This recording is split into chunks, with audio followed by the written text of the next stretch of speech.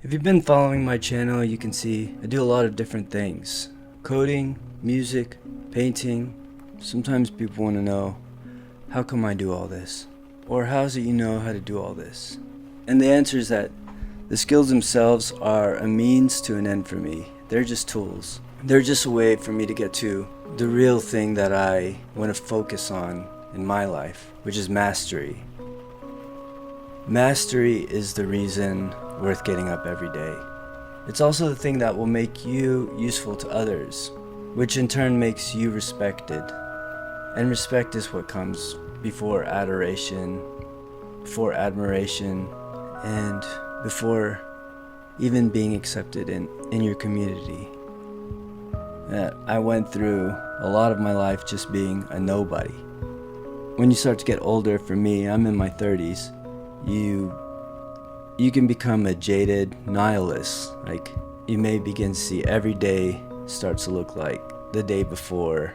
Friends will come and go. They move away. They start new lives. Even your long-term relationships start to have cracks. Let's hope this doesn't happen to you, but I would say it happens pretty much to most everybody. And then you get to a point where you've got to find a reason worth getting up every day. You've got to find a meaning. There's a book that's often cited and recommended about this called Man's Search for Meaning by Viktor Frankl. And it's about a guy, Viktor, who was in Nazi concentration camps. And he says basically, the people that made it out of there, they had to find meaning that kept them going.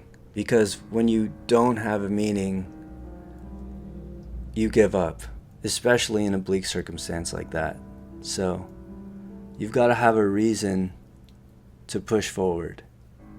And for me, that's self-mastery. And so there's another book I want to talk about, and it's called Mastery by Robert Greene. I recommend it. And he's got a YouTube too. I'll post it below. And what he says in it, he says a lot of people like to have a feeling that we've got a destiny. And then we also all have inclinations.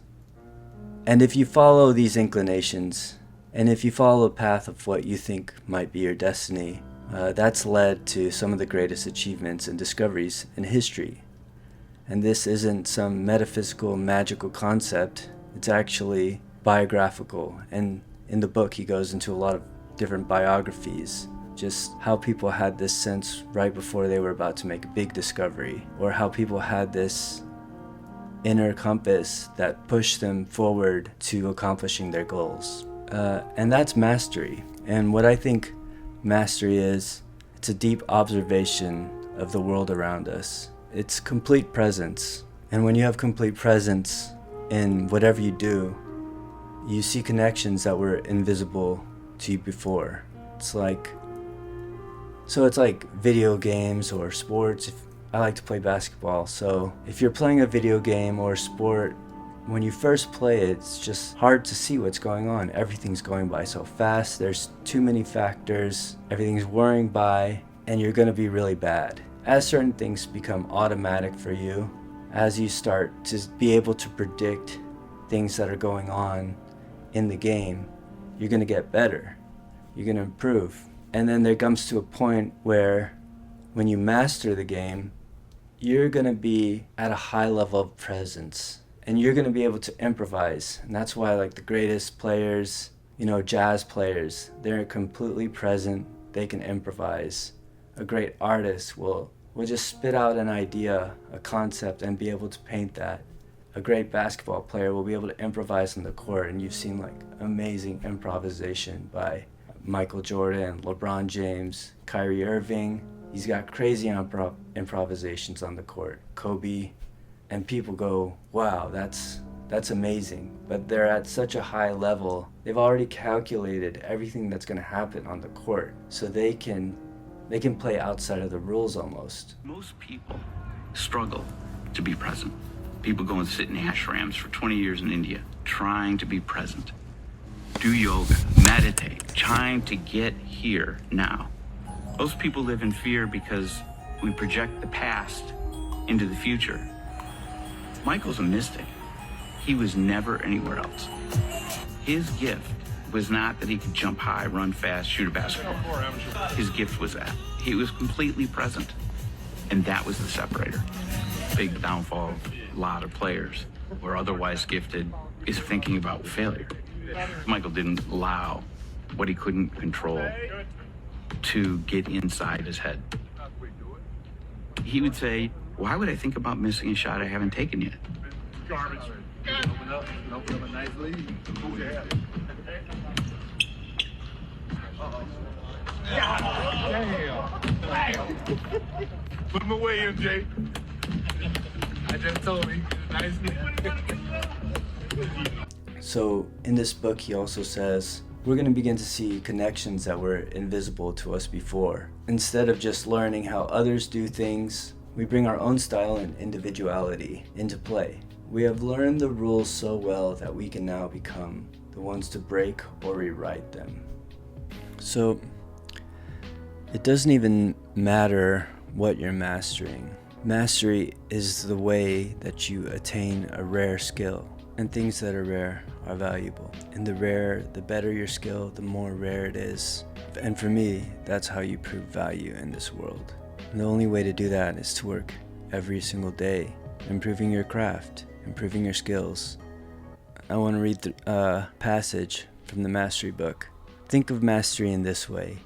Throughout history, men and women have felt trapped by the limitations of their consciousness, by the lack of contact with reality and the power to affect the world around them. They have sought all kinds of shortcuts to this expanded consciousness and sense of control in the form of magic rituals, trances, incantations, and drugs.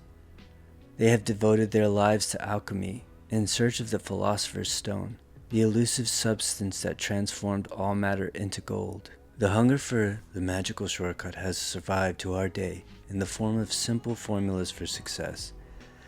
Ancient secrets finally revealed in which a mere change of attitude will attract the right energy. There is a grain of truth and practicality in all of these efforts. For instance, the emphasis in magic on deep focus. But in the end, all of this searching is centered on something that doesn't exist. The effortless path to practical power, the quick and easy solution, the El Dorado of the mind. So that's what mastery is. It's your ability to directly affect the world around you, and that's going to take practice.